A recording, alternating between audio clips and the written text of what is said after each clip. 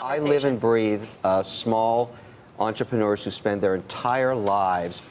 Farmers is one issue, I get that, okay? But talk about companies that I invest in that take huge risk, pay taxes all their lives, have success. And success in America, it's easy to create a business worth more than $50 million if you're successful. And then all of a sudden have to do all these contorted tax planning scams with all of these leeches that charge them hundreds of thousands of dollars to restructure them because their pending death starts to be in their focus at the age of 65 and they want to pass their assets to their children.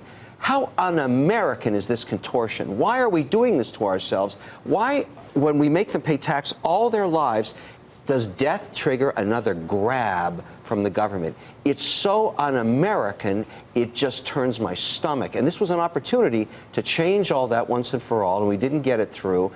I'm telling you, this has to be revisited because many countries have given up on this. Every time you sell something, you pay tax. Every time you have income, you pay tax. When you die, you should be taxed? Yeah, it touches a nerve. I don't like it. But the argument is that it doesn't affect that many people. It's not an across-the-board. That's right, Kayla. Let's punish the successful. Let's make sure we take their money back. Let's make sure the winners in our society are clawed back to zero and they can't pass on their successes to their children. That's a great idea. That's very, very bad, I think. But you don't want to live in the old England, do you? Well, right. That's the argument. Here's the issue. If in every level of transaction you tax, tell me, Andrew, and thank goodness I'm here, because if you were left unfettered, it would be it would be brutal. Brutal. But why is death a taxable event? Tell me what in your mind makes you think that's a good thing. Either of you. Explain. And then you can win me over. Tell me why dying should be a time when I give back all my money, 55% of it to the government. I'm not going to argue. Because you have no argument. Hold on. No, I'm not going to argue your philosophical argument. What I am going to argue is that this country, as opposed to other countries, have actually tried to. It's a social issue, and it's been about avoiding creating sort of this dynastic wealth, which, by the way, we still have in some form or another anyway. Here's the problem with it.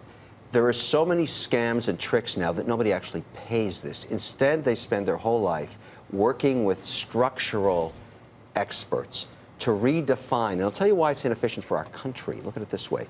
If you divide a business in half so that you can get under the minimum, you're making it less efficient. You're basically selling it because you're forced to before you die. Happens all the time with farms.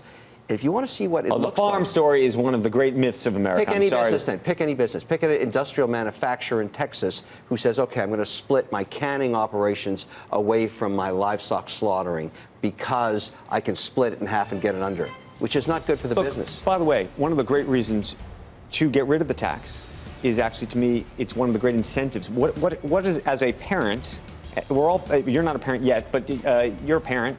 What incents you to do all of this, right? I'm not giving any money to my kids. You're not giving your kids? No, but I want them to go make it out on their own. Oh, wait, so then what are you fighting for?